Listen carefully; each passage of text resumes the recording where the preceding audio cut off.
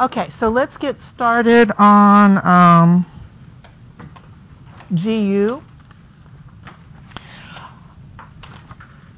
I used to teach the GU and the renal, and that really made me happy, kind of, because the renal is really, really interesting in my opinion. But, you know, now I'm in the basics, so I provide the foundation, so when you go into third semester, you'll get more. So let's talk about the GU. Let's review the GU structure. It's a pretty simple structure in my opinion. It's pretty straight away, not as simple maybe as our GI, but definitely structurally pretty simple. So we, of course, start with the kidneys, the ureter, the bladder, and the urethra. We also have the prostate around the urethra there, and we'll talk about that when we get to male reproductive. So when we look at the urinary system functions, you will see that we have various different things that the urinary system is responsible for. It is responsible, for urine formation, but really only 1% of the fluids that are filtered through the kidneys actually become urine. Most of it gets refiltered back into the body. It also is responsible, the urinary system, for excretion. This is actually the main organ to do this. It eliminates waste and toxins and drugs. And so as we go through this basic functions and these basic structures, as you start looking at your patients that are having problems with it, you can understand why they get in so much trouble, especially our patients that are in kidney failure. What kind of problems do they get into? So excretion is going to be a problem for them. Regulation is another thing that the urinary system does. And it has quite a few different jobs that are important here. One thing is that it senses and regulates blood volume. It also regulates the pH of our bodies, and we'll talk about that more specifically next week when we talk about acid-base balance. It also maintains our BP. It will actually secrete the enzyme renin when the BP decreases. So it senses that blood pressure is dropped and it releases the renin. It also does some work with the erythrocyte concentration. It is responsible for secreting the erythropoietin hormone when it senses that you are hypoxic. Okay?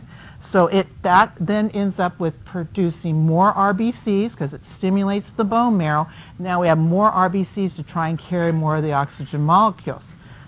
And then we have, lastly, the vitamin D production. This is where the kidneys activate vitamin D for calcium production.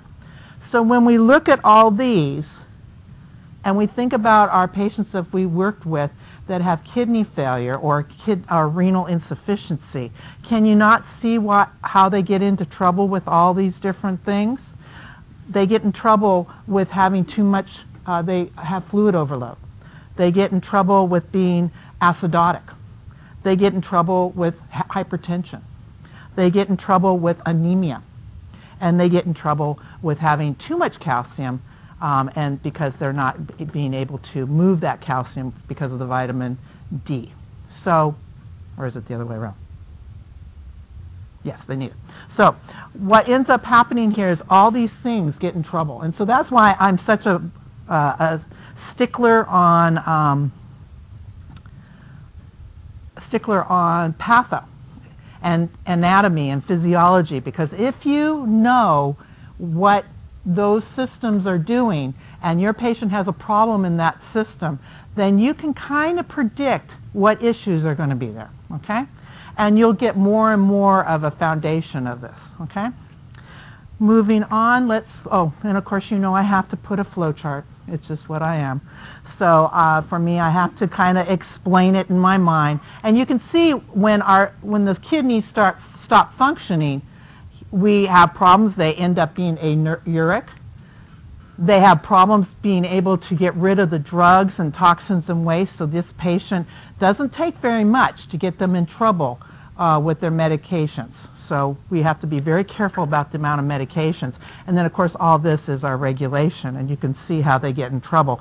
When they get in trouble, it's always metabolic because the kidneys, you'll learn next week, it's always metabolic, okay? If it's the lungs, we're respiratory. Okay, so let's look at some of the obstructive disorders that occur in the urinary system and some of the things that we'll do surgically to help the patients.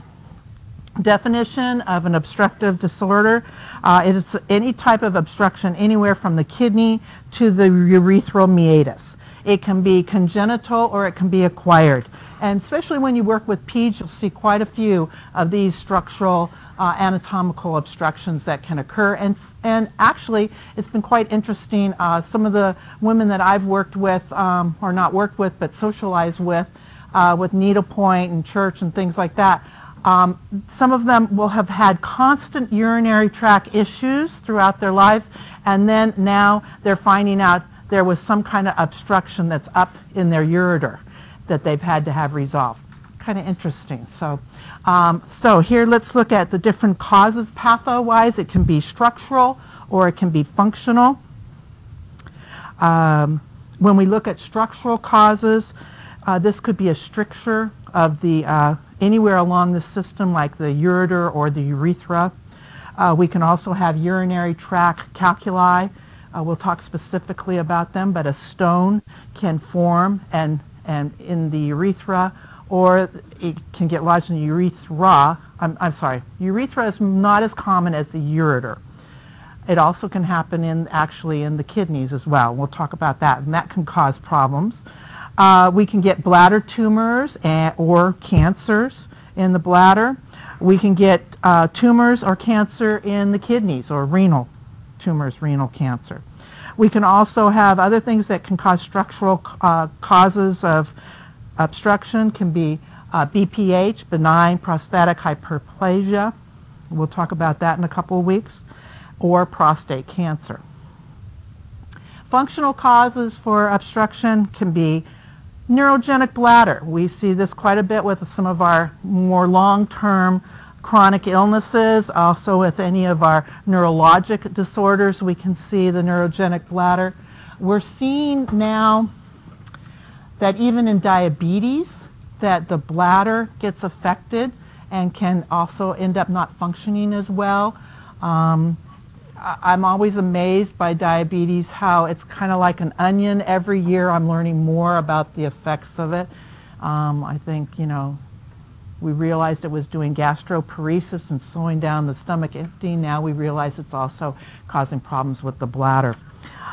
Spinal trauma can give you a functional cause of obstruction, as well as specifically MS, muscular sclerosis, is one of the neurologic diseases that can cause problems with the bladder. Okay. So the damaging effects occur above the level of obstruction. That makes sense, right? So the severity depends on the location. So it's all about location, location, location. It also has to do with duration, the amount of pressure or dilatation that occurs at that site, the amount of urinary stasis that occurs, as well as if we end up with an infection. So when I think about obstructions, the symptoms, the patient can be very uncomfortable, but I get most concerned about when the obstructions are anywhere in the ureter, in the upper ureter, and also going into the kidneys, because it's the kidneys that I'm worried about. The bladder is just a reservoir, okay?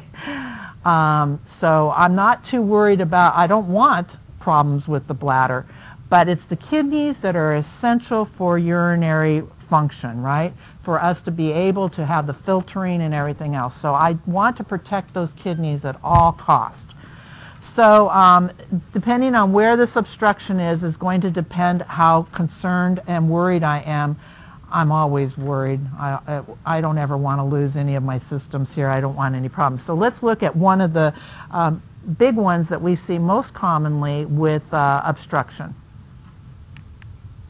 That is our calculi. So we can have a urinary tract calculi. They can be called either urolithiasis, which is just a stone in the urinary system, usually in the lower section, or it can be nephrolithiasis, which is a stone in the kidneys. It is smart for you to remember what lithiasis means, okay, because it will be attached to different things, and so for you to know that it's some kind of stone or calculi formation, and the beginning will tell you where it is, okay?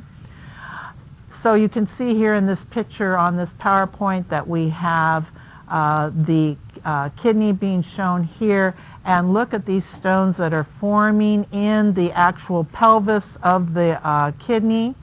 But look at this one here that's caused a stone that's right there at the exit of the kidney in the ureter. I don't like any of these up here, but this one here is really going to cause everything to back up here, okay? And that's where I'm going to end up with stasis and infection in that kidney. Okay, continuing on, let's see, pathophysiology of a urinary tract calculi. Well, a metabolic defect has to be in place. There has to be something there that is causing this patient or person to not process the minerals properly, okay? So that's one thing. So you'll usually see families that will be in it, so we'll usually see a family history. But this metabolic defect, there is a deficiency in the inhibitors of crystal formation and growth, and so this will be a contributing factor, but not the only factor that will cause problems for this patient. So crystals are formed from the materials that are being excreted in the urine, and this is what's causing the stones or calculi. 75% of them are calcium oxalates. So that's the most common one, are calcium oxalates. What are you laughing about? Oh no. Would you like to stop recording? Let's see. No. And let's go back.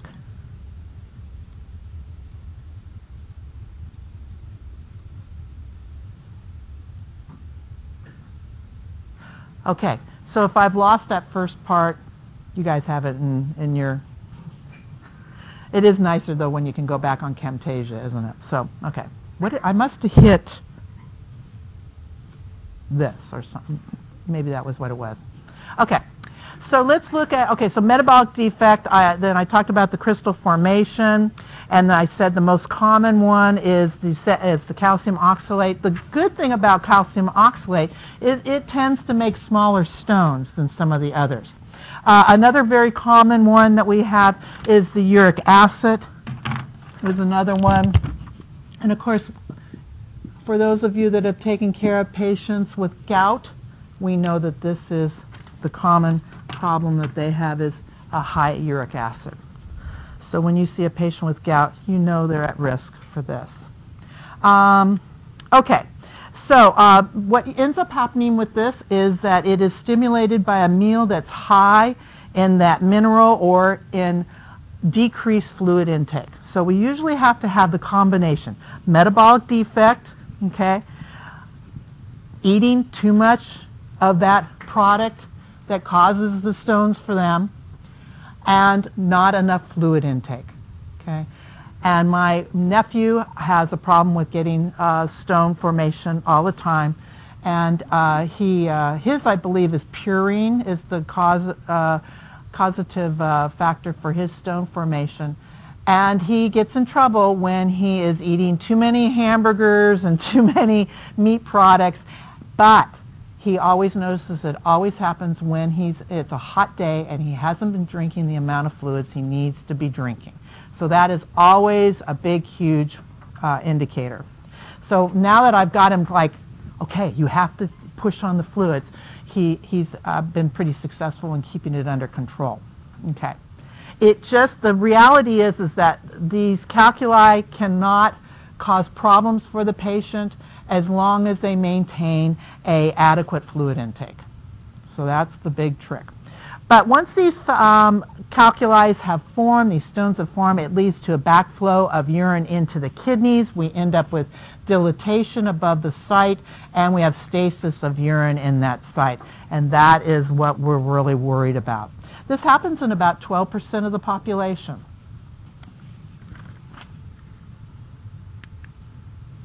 So let's look at what your risk factors are that you could get this. First off, this is predominantly a male issue, predominantly a male problem. 4 to 1 is the ratio on the number of males that end up with this problem. There's usually, usually a family history.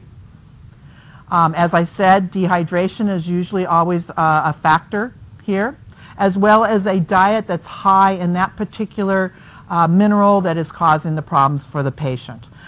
Typically we have some of the things that they have identified as being problems, and I will not test you on this, is protein, sodium, sugars, corn syrup, oxalate, cola drinks, apple juice, grapefruit juice. Who knew? Okay.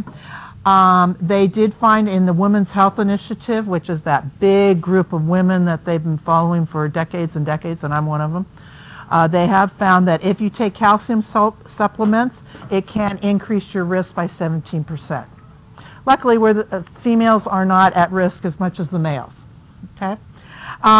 So there are certain conditions that also will increase the minerals in our body and cause us to be at risk, and that is gout, which I already mentioned earlier.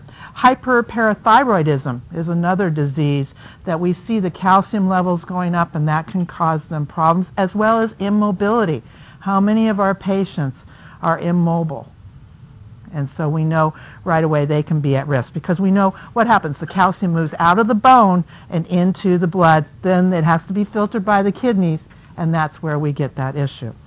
And then, of course, any kind of situation where there's urinary stasis can cause a problem with calculi being formed. Okay?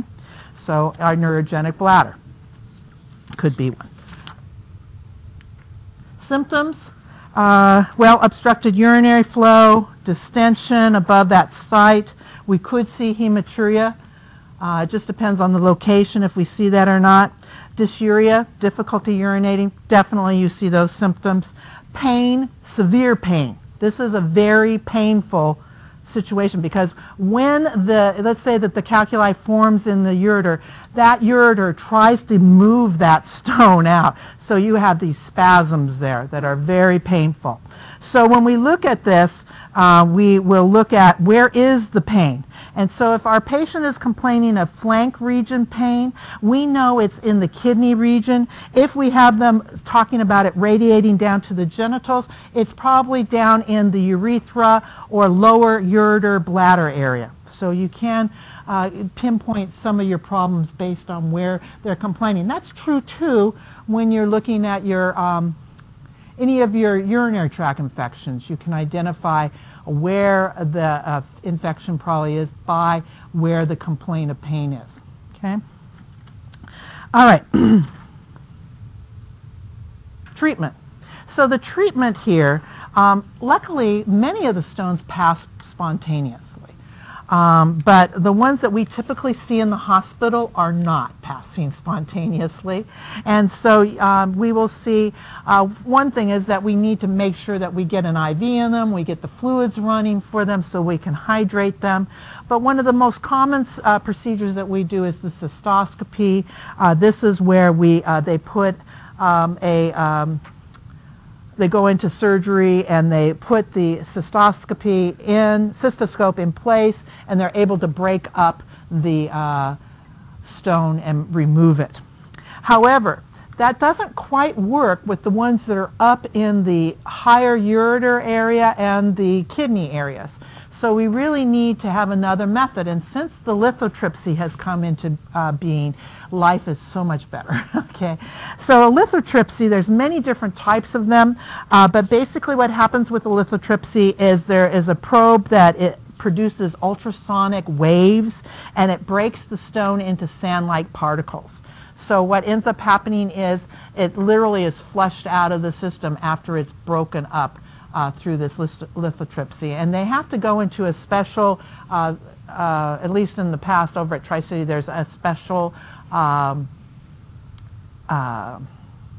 area over outside of the hospital that they go into, and they use the probe in there and break that, that stone up.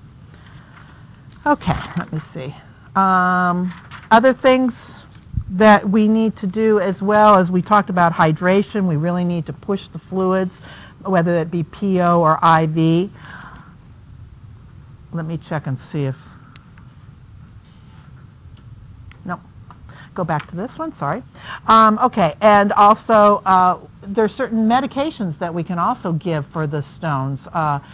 Especially with gout, there are medications that we can diminish the amount of uric acid. Also, a stent is another thing that the doctor might do to help bypass that area. And a nephrostomy tube we commonly see in the hospital when it is in the renal pelvis area or in the ureter and they need to bypass that area. They'll put a nephrostomy tube right straight into the kidney and drain the urine out that way and hope that they can get that stone resolved and bypass it and eventually pull that nephrostomy tube out.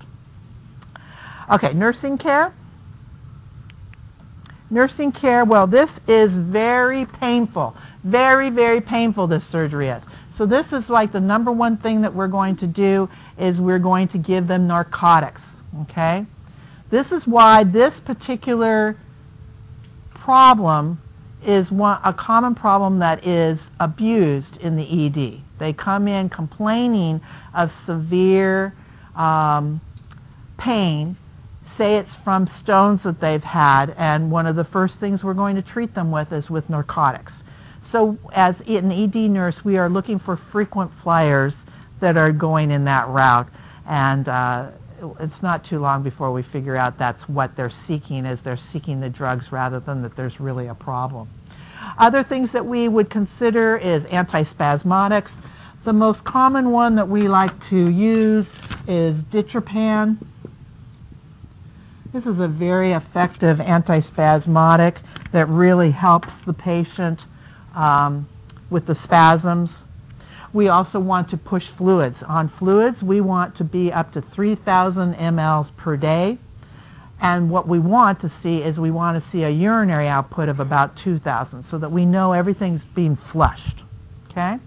We are going to strain and measure the urine. Typically, we will put like a little cone-shaped filter in the area.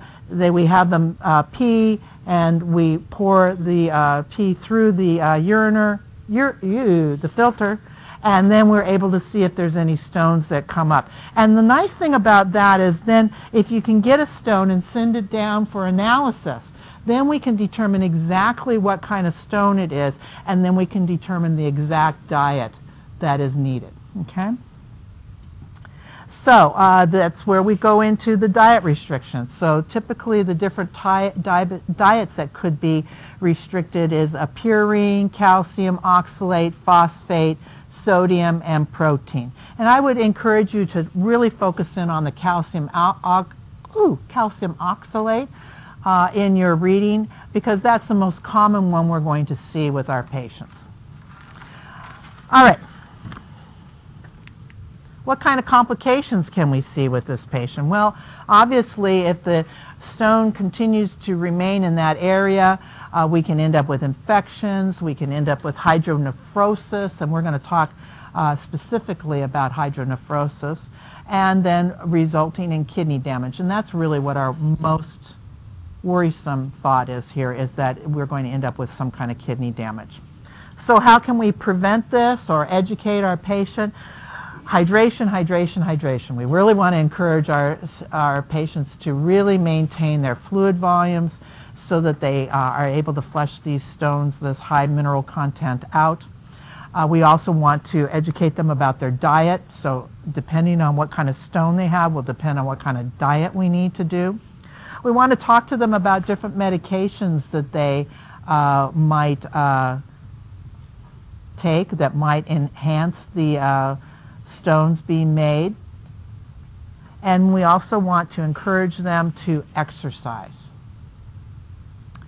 The more they exercise, the more likely they are going to pass that stone, first off, and then also it's going to cause more bone calcium reabsorption, more calcium being reabsorbed into the bone so that we don't have it as much in the blood and being having to be filtered by the kidneys.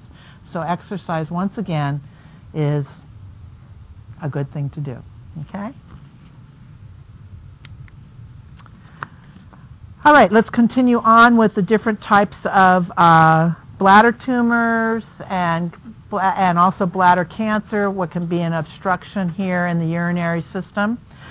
When we talk about bladder tumors and bladder cancers, the risk factors for the cancers are certainly your cigarettes and your chemical toxins. Interesting, dry cleaners are at a high risk for this one. But also tumors can occur as we get older, but it can also occur with chronic trauma. And of course, anytime a tumor can then move into a cancer if it's irritated on a regular basis. But chronic trauma could include chronic urinary tract infections. It could include calculi. It could include catheterization, a patient that needs chronic catheterization or a catheter that is left in place long term. So any of these things can put them at risk. Pathophysiology, the tumors are certainly can happen anywhere in our body, but the cancer that we see in this particular area is a transitional cell carcinoma. And if you remember from physiology, this is a cell that grows very, very slowly. So this is great news. So we know that this bladder cancer typically grows very slowly, and this makes it a lower risk as far as if you got to pick your cancers, which one would you rather go for? And it was interesting, about a year ago, I had a physical, and when I got done with the physical, I had microscopic blood in my urine. So the doctor sent me an email and said, okay, you had microscopic blood on your urine. We need you to come in and do serial urines, 1 a week, times 3. You know, and I'm like going, oh, Lord, okay, is it bladder? I'm like going through all the things. Is it renal? I'm going through all the different things. I decided I really would rather have the bladder, but then I was worried about if it's bladder, then I'd have to have a Neal bladder, and I didn't want to have a urinary diversion. So then I was going for the nephrectomy and just get rid of the one side that was bad, you know. But anyways, that's where we go with these things. Anyways, it all came out negative, and I was very happy. So the kids knew I was worried because I called them. Because the first one I did had blood in it again, and the second one, and I called them, and because I thought the second one was had blood too, but it didn't. I misread it. It just goes to show you, you know, when you're stressed, you don't read things well. And even when you're a medical person. So that's why it's always so important to have another person with you that can reinforce or say what it is. Not that my husband would be a great resource. I love my husband, but when he sees hospital, he pretty much turns white and goes the other direction. So anyways, so let's look at here, pathophysiology. I told you what kind of cancer it could be. Signs and symptoms. The first symptom that we usually see with this is gross hematuria. And that's why it's so nice now, here again, kind of like our colonoscopies, if you're going in and having your physicals on a regular basis and having your labs done on a regular basis, we can see this microscopic blood before it becomes gross hematuria, because there's no reason I would have thought there was a problem until you see the blood, right? Although I have to admit, my father called me one day and he said, I think I was a student nurse, I didn't know anything. No offense. But anyways. Yeah, I mean, you just can't know everything, ever. And he calls me and he says, my urine is red. And I go, what? Your urine is red? I said, well, you need to go into the doctor. And I said, because you shouldn't have blood in your urine. He said, do you think maybe it was the beets I ate yesterday? And I went, oh, yeah, I didn't know that. I mean, I've eaten beets all my life and never ended up with red urine, but you can eat beets and end up with red urine. So I didn't know that. The things we don't know. Okay. All right. So gross hematuria is one of the first symptoms that we will actually see, because typically this is painless. But as it evolves, we will see dysuria where they're having difficulty urinating. Okay. I hate that I say okay all the time. Okay. So, treatment. Superficial tumors. The thing about the treatment is we could have anything from a superficial tumor to an invasive tumor. So this is going to determine the degree of surgery that is going to be required. Here we're looking at a TURP or well, not a TURP, it's a TURBT. What it is a transurethral resection of a bladder tumor. You'll also see that you'll see sometimes when we go to talk about prostate problems, they'll take out the BT here and put a P, and they're doing the same thing, a transurethral resection of the prostate. That's really a common procedure. But going back to the bladder tumor, this is just where they go in and they will remove the bladder tumors. Because, first off, they could be just tumors, and so we just can remove those easily. Or it also is a slow-growing cancer, so we can remove those. Then what will end up happening is as they grow back, they'll come back in and we'll remove them again. Also, another thing that we can consider is intravesicular chemotherapy. This is actually chemotherapy that is delivered directly into the bladder by catheter. So what you'll see is you'll see a three-way Foley being put in, and you'll see a bag being hung with the chemotherapy, and they will infuse X amount of the fluid into the bladder, and they will ask them to lay on one side for X amount of time, and then they'll have them move to another position, and then they'll have them go to another position so that all areas of the bladder are covered with this chemotherapy. I've seen that a few times. It might be done more in outpatient, but in the hospital I've only seen it a few times. The big problem with this particular medication is that it's very, very irritating to the epithelial lining of the bladder, which makes sense. We're trying to get rid of those cancers. But they can end up with hemorrhagic cystitis here. Very, very, very, very painful. So some people that end up with hemorrhagic cystitis will actually want to have their bladder removed. Hopefully this is a short-term problem. Okay. Another thing that we can do is a radical cystectomy with a urinary diversion. This is where we literally remove the bladder, and in men we're going to remove the prostate and the semical vesicles. In women, we'll remove the bladder plus the cervix, the uterus, the urethra, and the ovaries. And then what we have to do is we have to create a urinary diversion. And so we'll talk about that. It's very similar in concept to the fecal diversions that we talked about last week. So the complications with this, of course, with the tumors and the cancer, we can have urinary retention. Even with some of the treatments, we can end up with that. Cystitis is a common problem that can also occur. As far as prognosis, because this is a transitional cell carcinoma, this patient usually is good for full recovery. In 5 years, their average, the worst case is 55%, make it 5 years. But most of them it's like 91%. So it is a very slow growing. And I think that what we used to hear, especially when I first came out of nursing school, was that they'll die before the bladder cancer gets them, you know, because it's so slow growing. But I think now that the baby boomers are living so much longer, it's ending up that may not necessarily be true. We did have a patient this week, last week, that had bladder cancer, I believe, as the primary site. I can't remember who had that patient. And it had gone to it had metastasized to the liver and to the lungs. Who was that had that patient?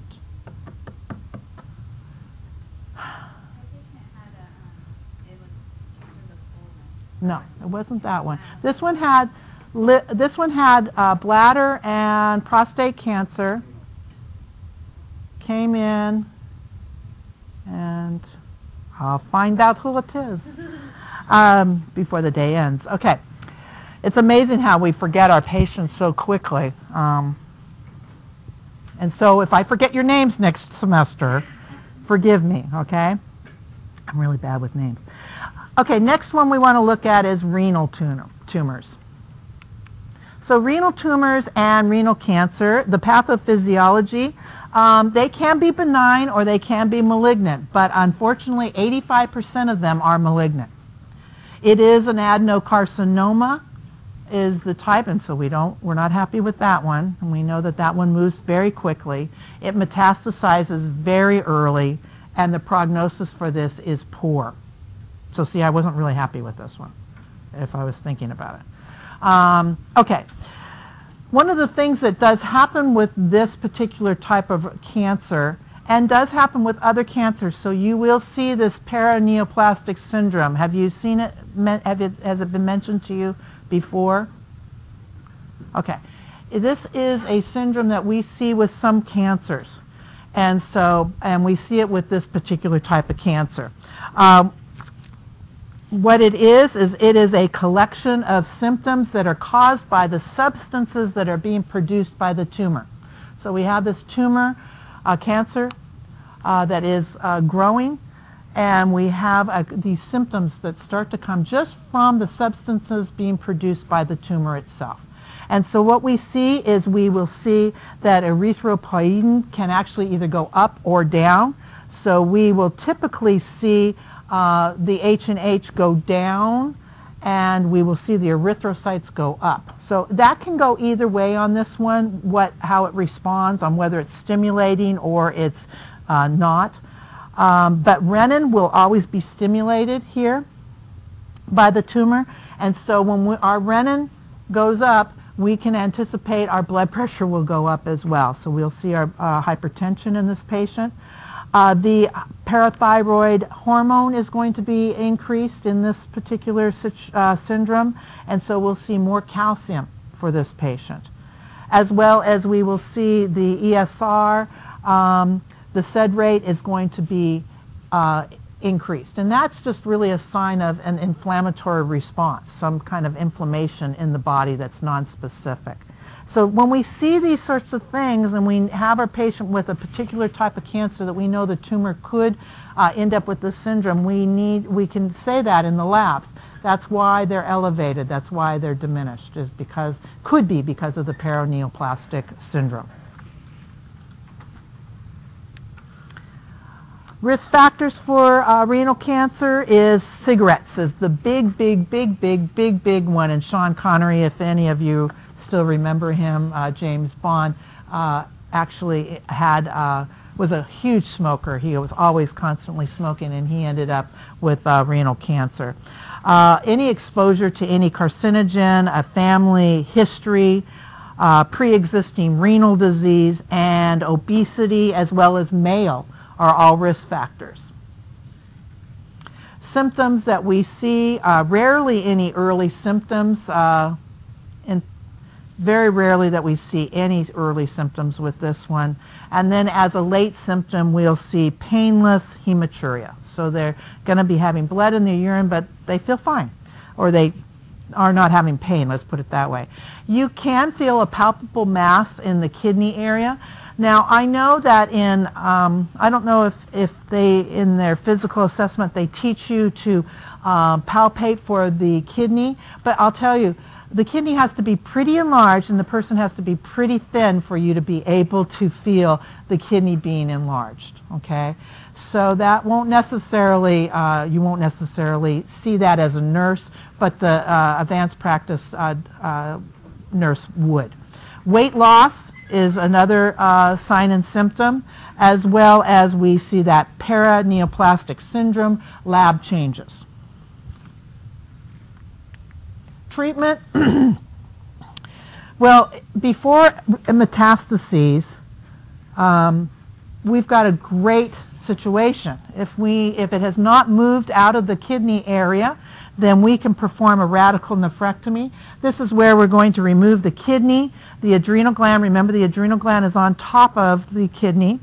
And we're going to remove that whole adipose capsule that is around the kidney. We have a nice fatty capsule around the kidney to protect it, as well as the regional lymph nodes. It's very, very vascular, this whole area, so we'll realize that it's not uncommon to have a lot of bleeding in this area. And sometimes the doctor will have to remove one of the ribs to be able to get to the kidney. I haven't seen that happening as much. Can we live with just one kidney? Yeah, we can. It's wonderful. We can live with only one kidney. And so one kidney is enough, so we don't have to put these patients on dialysis usually.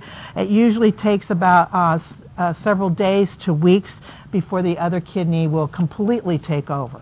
Okay? Another thing that we can do is radiofrequency ablation or even chemotherapy. Both of these techniques, the goal is to shrink the tumor growth. So we're not really getting rid of it, we're just going to diminish it. And you can see here we have the different stages. This is something that I really encourage you when you have a patient that has cancer listed on their diagnosis, that you go and look and see what is their stage, what is the staging, so that you can actually realize how serious this really is. And certainly, as we look at this, you can see how stage 1, we're still encapsulated here, but when we get to stage 3, we have moved into metastases and also stage 4. So this is important to look at. And here is a picture of radical nephrectomy. And you can see where here they have done this incision here that's around the side, typically right in this area here. We will see them remove these different, your kidney and your things that I already listed for you earlier. But you can see if you look at where this incision is, that's going to be painful. They're not going to do some nice deep breathing for you. So you're going to have to work on that, because they're going to want to take really shallow breaths. And so the risk for pneumonia would be great. Post-op nursing care for this patient, of course, is your typical post-op nursing care that you would give any patient. But remember that because of it's a vascular site, there usually is a lot of drainage at the surgical site. We also know that because of the location of the incision, that the risk for them breathing very shallow is going to increase their risk for atelectasis, so we need to cough and deep breathe them. Also, pain control is going to be an issue here because of the location of the incision. So they are going to be in pain, and so we need to medicate them. We want to avoid turning our patient on the operative side if the rib has been removed. And we also want to give them emotional support. I didn't list it up there, but emotional support due to the uncertain prognosis. So until they get the tissue samples back and the patho back, which takes a few days, we need to be able to support them because they don't really know what is the result of that surgery. We want to encourage them no-contact sports at discharge because we certainly don't want them to ruin their other kidney, right? Complications for this particular surgery is certainly infection, which is true for any surgery. Metastases is another complication, that not for this surgery, but just in general complications. Infection, metastases, obstruction, these are all things that we might see for this patient. Post-op, what we could see is, of course, bleeding, because we talked about it being very vascular. But an adrenal crisis is another issue that we need to consider. Remember that adrenal gland is right on top of that kidney, and once you stimulate this adrenal gland, what does the adrenal gland do? What does it release?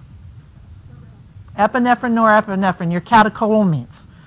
And so here you're going to have this big surge of epinephrine and norepinephrine when the doctor removes that kidney. And so we're going to have that blood pressure going up, that heart rate going up, and we could have what is called an adrenal crisis just because of stimulating that adrenal gland. I have never seen this happen. I've waited every time with every nephrectomy, waiting for it to happen, and it's never happened for me. And I think it's probably the doctor's technique that he isn't rough manhandling the adrenal gland is the only thing I can conclude from that. Okay. Adrenal insufficiency is another issue that we could have happen. This is rare and it happens much later, but this is from having removed the one adrenal gland, we can now have problems with there not being enough catecholamines in the body. So remember that this type of patient will end up actually with needing steroid replacement to make up for that. Their water levels will go down, their sodium will go down, their BP will go down. They will have altered level of consciousness as a result of the adrenal gland being removed. And so what we need to do with this patient is look out for that. But like I said, it's rare, and you'll typically see it in the doctor will see it in future visits as they come back to see them. Yes? It is like creating Addisons. It is. And so when you guys in third semester do your endocrines, you'll get to go over Addisons and all the different things that can happen. It'll be more specific on this adrenal changes. Okay. Prognosis for this patient with the adrenal, I'm sorry, not with the adrenal, but with the renal cancer is poor. 44% survival rate at 5 years.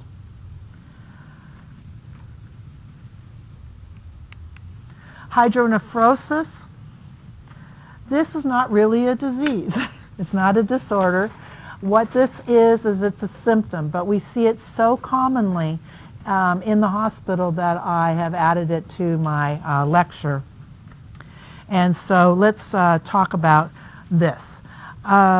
Definition of this is a symptom of an obstruction.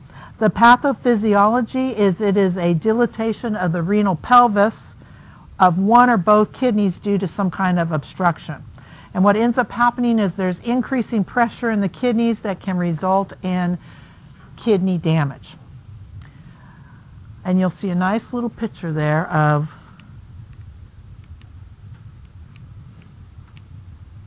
where we have an obstruction here, and now what we've ended up with hydronephrosis, where we've had this dilatation and backflow into the kidney. And it can happen anywhere along the line, but that is one of the most common locations that we see that hydronephrosis occur. I talked about the patho causes. It could be from a tumor, it can be from a stone or calculi, it can be from a kinked ureter. That's what a lot of my, a couple of my friends in needlepoint and everything have had kinked ureters there that they've had to have problems with. Scar tissue can also be a cause, as well as some kind of congenital structural change that they were born with. Symptoms in the beginning, well, it depends on the onset. If it's a gradual onset, then we will not see any symptoms. But if it's an acute onset, such as when we have stones or calculi, then we will see symptoms such as severe flank pain, dysuria, hematuria, and we might, if we're advanced practice, see that palpable mass in the kidney area. Typically, we'll see it on our x-rays. You know, they'll do a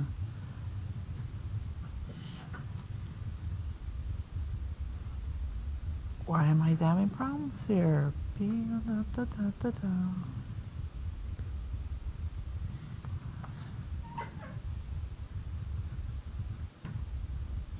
I want to come up with the name of the kidney of the typical X-ray, and it's not coming to me, but it will by the time we finish. Huh?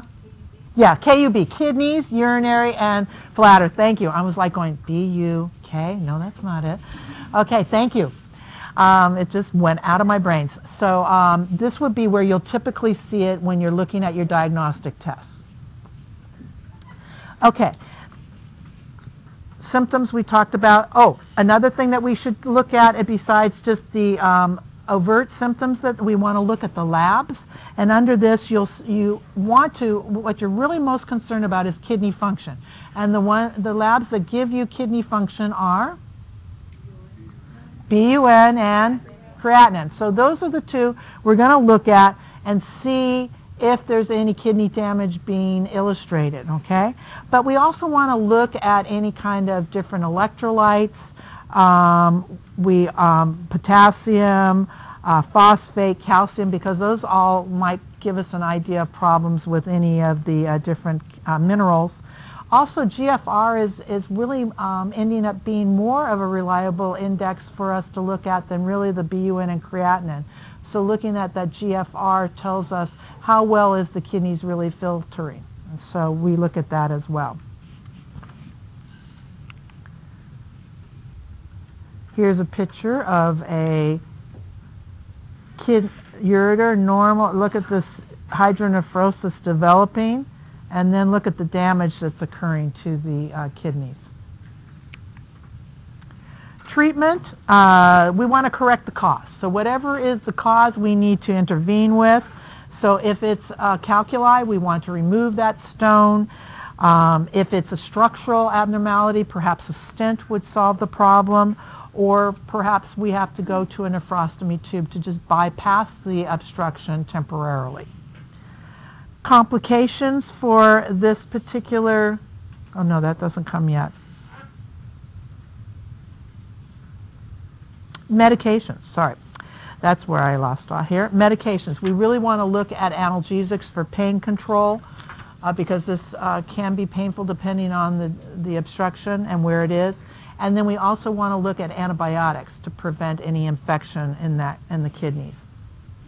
Nursing interventions, we need to know about nephrostomy tubes. Nephrostomy tubes can either be put in surgery where they actually do an incision and put it through, but more commonly it's done in intervention radiology where they'll just insert it through like a puncture sort of mechanism and put it into the kidney. When they come back with this nephrostomy tube, it will be attached to some kind of drainage bag. You need to be very conscientious about making sure that it doesn't kink and that it has free flow, which is really true of all of our drainage, isn't that true? But if a patient was to start to complain of more pain in that area, then that would be one of the first things I'd be looking at, is seeing if that tube or bag has been kinked. And what an easy one to do. It's back here, right? So it's really easy to get kinked and have a problem with it. So as we see the drainage go down and the pain go up, that would be a clue to me that maybe that tube has gotten clogged. Sometimes some of the doctors will have you irrigate it, but you need an order. Complications for this disease, infection is the big one that we're worried about, and kidney damage as a result. Kidney damage can occur within 48 hours, or it can take weeks. So you can have a short-term or long-term issues here. Urinary diversion. So let's say that we do have to remove the bladder. Okay, and the bladder is where we have the reservoir for the urine, and so we're going to have to replace it with something. So let's talk about the different types. First off, we'll talk about the purpose of it. It's to reroute the urine flow due to some kind of diseased or defective GU structure. Examples of this is a urostomy. Actually, even a suprapubic catheter is also a urinary diversion. I tend to think about, when I look at diversions, I tend to think of them as being made into something and collecting it. But anything that helps to remove the urine is considered a urinary diversion. So suprapubic catheter, this is where they put a catheter in through the front into the bladder, and it's usually put in surgery, or IR can also do it. And so that will drain the urine. It's very common for them to do that as a temporary diversion and remove it later. Okay. Also, a nephrostomy tube would be another diversion. Risk factors for this needing a urinary diversion is our bladder cancer, chronic infection, congenital anomalies, and bladder trauma. Let's look at the different types of procedures or the different types of urinary diversions. This is going to be like reminding you a little bit of the fecal diversions we were doing last week. So one of the first ones that we're going to look at is an ileal conduit. This is the most common one that we see, and we see it pretty regularly. This is where the ureters are implanted into part of the ileum, and then a abdominal stoma is created. So you'll see here that the ureters here can't go into the bladder because the bladder's been removed. So now they take a portion of the ileum. So they have to do an intestinal resection here. Pull part of that ileum there, bring it up to the abdomen and make a stoma. For this type of case, and it actually all works, the blood supply, I think the last group I taught asked me, well, how doesn't this bowel get necrotic? No, it actually has intervention and blood supply that stays there. I asked Dr. Deemer about that. So here we have that urine. Now the issue with this one is they are going to be incontinent. This is going to be, urine is going to be coming straight out of that stoma continuously, okay? So they will be, this will need a pouch on it continuously. And this is, like I said, the most common one that we see. Another type of urinary diversion that we see is the ileal reservoir. With this one, a reservoir is made from part of the intestine. Ureters are implanted into that reservoir with a stoma. And then in the stoma, they put a nipple in that area so that they are able to control when they urinate. So the only way that we can empty the urine out of this reservoir is by catheterizing. So the patient usually does a self-catheterization. Once again, one of the most common ones that we see of these are the CLOCK, K-O-C-K, named after a doctor, and also Indiana is another type that we'll see. But you'll see with this one is this is a continent urinary diversion. You'll see here they took the ureters, they took the ileum, they made a pouch out of that, brought it up, put a nipple into the stoma here so that when the patient has to catheterize themselves on a regular basis. We had a patient, and I remember her, she had had constant urinary problems. And so the doctor encouraged her to have this ileal reservoir. The problem was that the lady was mentally pretty unstable. And I hadn't seen her for a while, and then she came in, and one of the students had her. And what had ended up happening is we saw that she had the ileal reservoir, and the nurses didn't seem to understand how necessary it was to catheterize on a regular basis.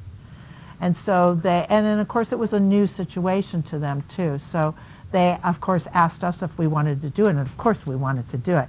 But it had been, the last time they had catheterized that patient was 3 a.m. and when we got in that room it was 11 a.m. It wasn't our patient, I don't even think. I think we just kind of said, whoa, you got to get that done. You know, so we went in, and it's very easy. You just catheterize, you just push the catheter in about this far, and then it empties the urine. And in this case, this patient had 1,225 mLs that we emptied. We were very lucky that that conduit did not, that reservoir did not get in trouble, right? Yes, you could bladder scan that. That would be very interesting to do. Next time I'm going to do that. That sounds like fun. Yes? The patient is like more aware. Are they able to feel like when it gets full? No. They just catheterize on a regular basis? Yes. They'll usually like set a timer. Okay. So that they, I want to say 4 times a day, but let me double check that I'm not giving you wrong information. Yeah. it says 4 to 6 hours 4 to 6 hours. So 6 would be 4 times a day. So it could be more than that, than 4 times a day. So that's one type of urinary diversion. Let's look at another type. Is the neobladder. And somebody had a neobladder this last week. Who had a neobladder? Somebody did, or the week before. I had a patient, I don't know if it was a neobladder. He was the guy, what did he have? He wasn't in for that problem. No, he wasn't. No. He had a prostate cancer, I think, And they did the Right, neobladder. I think it was new because he still said he was like still learning how to like, you know, how to Work with it. Yeah. Okay. But I didn't look too It was like into it. afterwards I went, oh, I should have really focused in on that one because I had neobladder with a big question mark because they didn't talk about it very much in the H&P at all. No, not at all. So it's like this is really common that we have these sorts of diversions that occurred, and unless that GI or GU doctor is involved, we may not know about it. Okay, so let's look at a neobladder. So what they end up doing with the neobladder is that they will create actually a bladder in that area. They connect the ureters into that area, and then they will connect it to the ureter. So as long as everything else is intact, it should work pretty well. It is a rather, we don't see it very much, so I can't really say how successful. That's why I wish I could have went and drained that guy's brain about how is it working for you and how is it not working. But some of the literature that I've looked at, they said that they typically will put a suprapubic catheter in for a short period of time until that neobladder is working well. They'll also leave the Foley catheter in for several weeks, and then all of this they'll be able to slowly remove each thing until it's all working. What is it made out of? It should be made out of ileum, so intestinal. Yeah, it's like a. All the way down through the urethra, or? No, it's actually just here. That's it. That's it.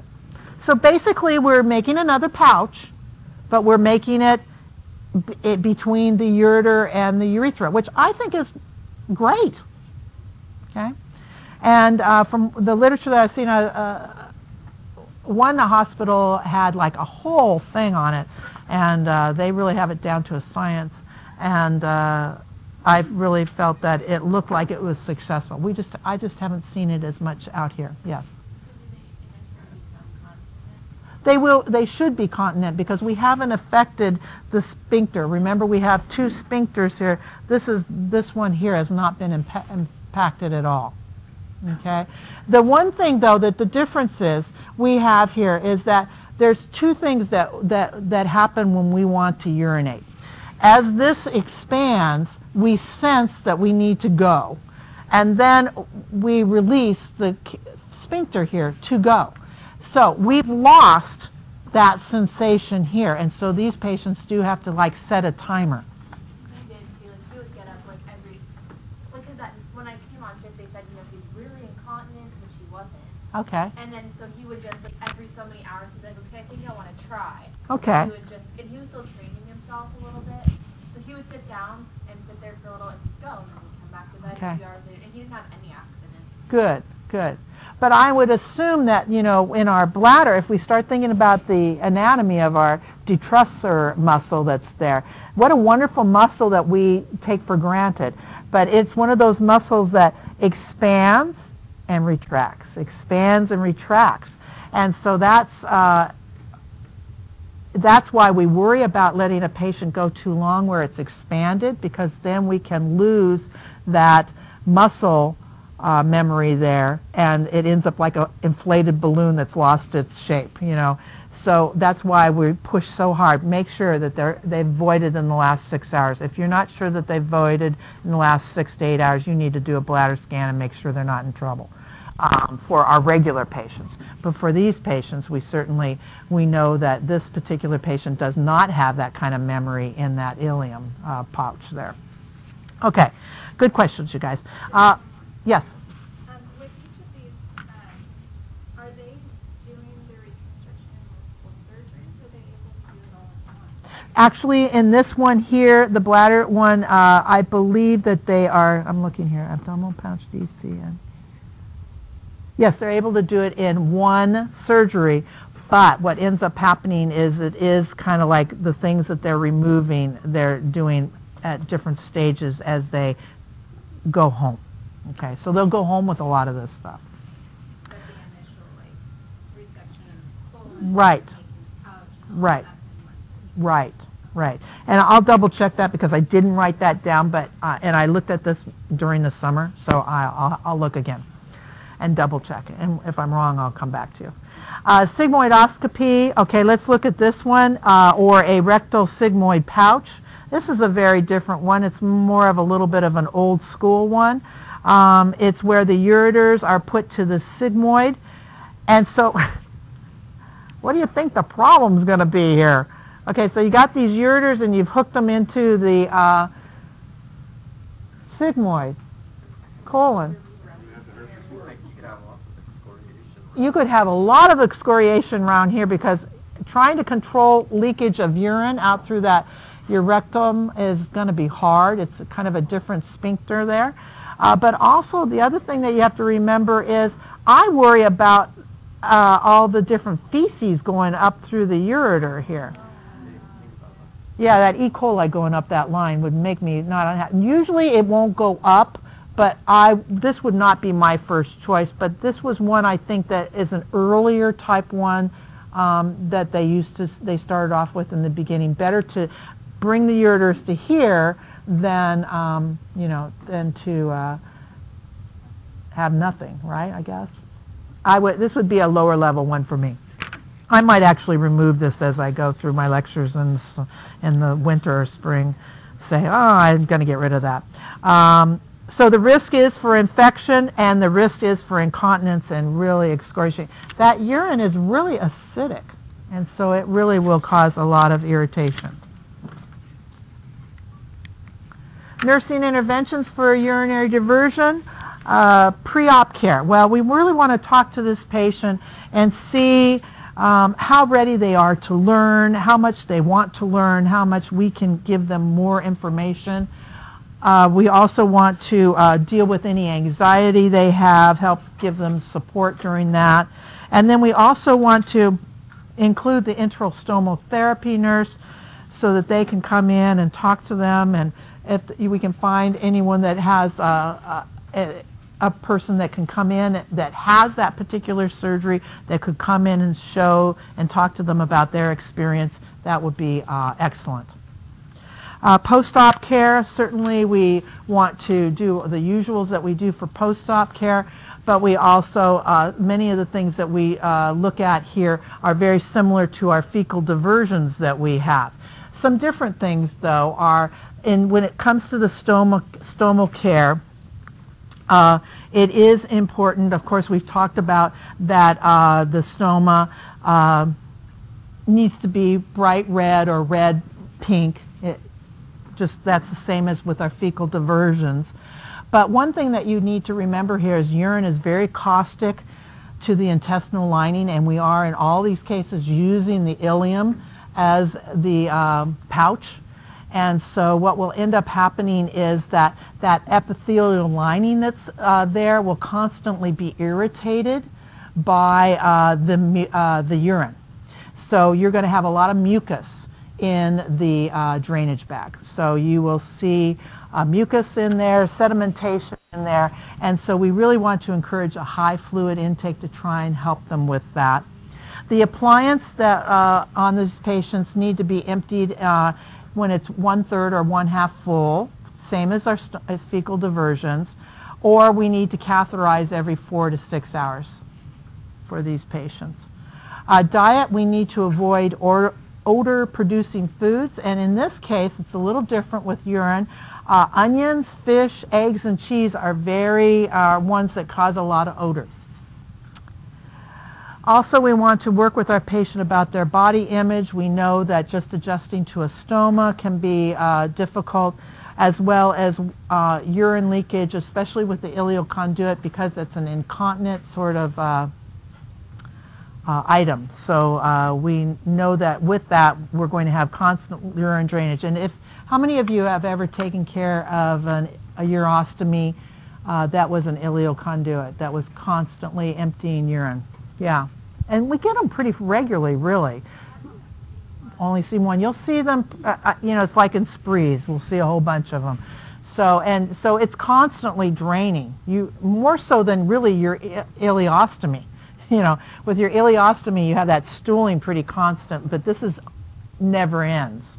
So did he or she have any problems with irritation to the area, or did they control it pretty well? I caught her 2 days in a row, and she didn't really have issues with that. I definitely had to stay on top of everything, so. Yes. It was Gets filled very quickly. very. And because we need to encourage fluids, we get it even more so, right? So, all right.